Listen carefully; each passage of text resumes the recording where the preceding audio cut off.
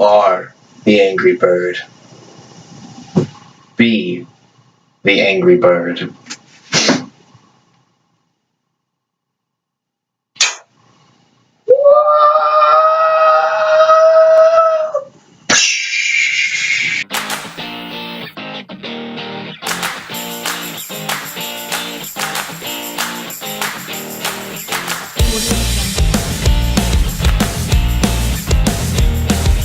The Angry Birds movie, starring Jason Sudeikis, Josh Gad, and Danny McBride. Okay, so the Angry Birds movie is essentially about Red, a little angry bird, who, through a couple of unfortunate circumstances, ends up in anger management. Now, while he's in anger management, he meets our other birds, a yellow bird named Chuck, and a bomb bird, played by Danny McBride. And eventually, pigs start landing onto their island, and now it's up to them to save the day. Okay, my opinion on the Angry Birds movie. Now, before this movie came out, I was, I guess, what you consider a hater. I didn't think that this movie needed to be made. I didn't think that the money should have been spent on this. I don't think the stars in this movie should have been in this movie. I mean, you have Jason Sudeikis, Josh Gad, Danny McBride, Maya Rudolph, Sean Penn, Keegan-Michael Key, Peter Dinklage. Like, the star power is insane. Why did this movie need to get made? I didn't feel like Angry Birds have been relevant. I feel like Angry Birds haven't been relevant in like 5 years. The mobile gaming app community moves so fast that even the Candy Crush movie, if that got made, that's not relevant anymore. Angry Birds is very popular. We see that with posters. We see that with backpacks and stuff. So, of course, we're going to get a movie. This is where I put my foot in my mouth. The movie is alright. I don't hate this movie. I think it's fine. I think if you have a young kid, the kid's going to enjoy the film. What I really like about this movie is the animation. It looks stunning. It looks gorgeous. It looks beautiful. You can literally see every single feather in them moving. You can literally see every single drop, foot. It looks beautiful. It's animated extremely well, and it's very gorgeous. A problem that I do have with this movie, though, is the tonal changes.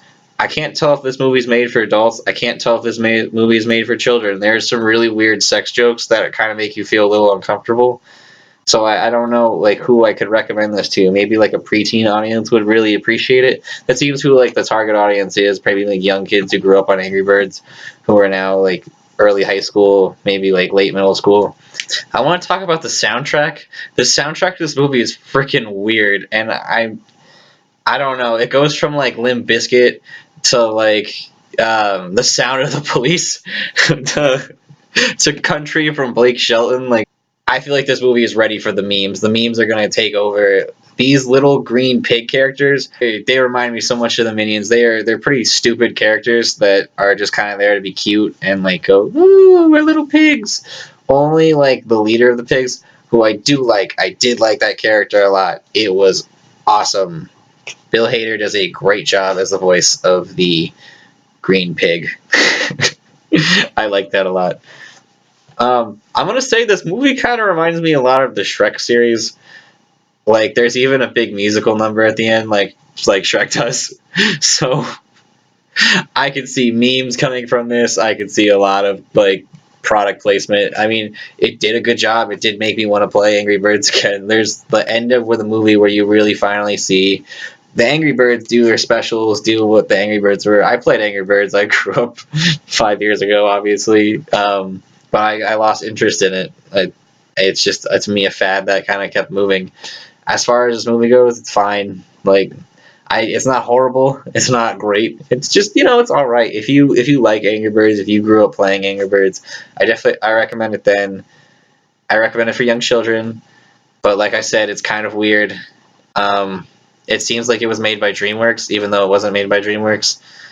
I'm still sticking to that Shrek thing. It reminds me a lot of Shrek. So if you like Shrek, but it's not as good as Shrek, so if you want a subpar Shrek, this is your movie. This movie's alright, so I'm going to give Angry Birds, the movie, 5. Hannibal Buress is going to be the voice actor in everything, out of 10.